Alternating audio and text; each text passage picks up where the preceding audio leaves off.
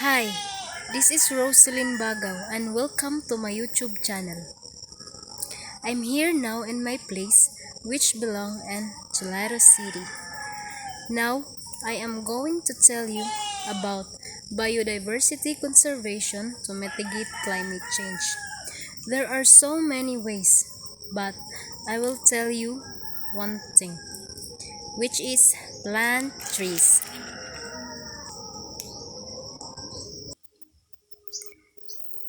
It is important to plant trees to avoid flooding or landslides. Trees help fight climate change.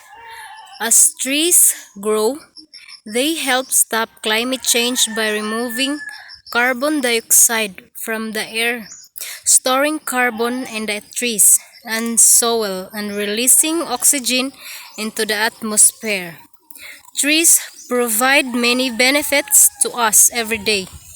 They offer cooling shade, block cold winter winds, attract birds and wildlife, purify our air, prevent soil erosion, clean our water, and add grace and beauty to our homes and communities.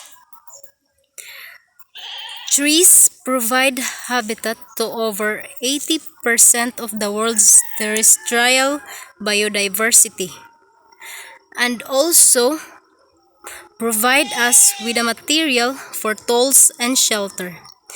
Without trees, life on Earth for humans would not possible.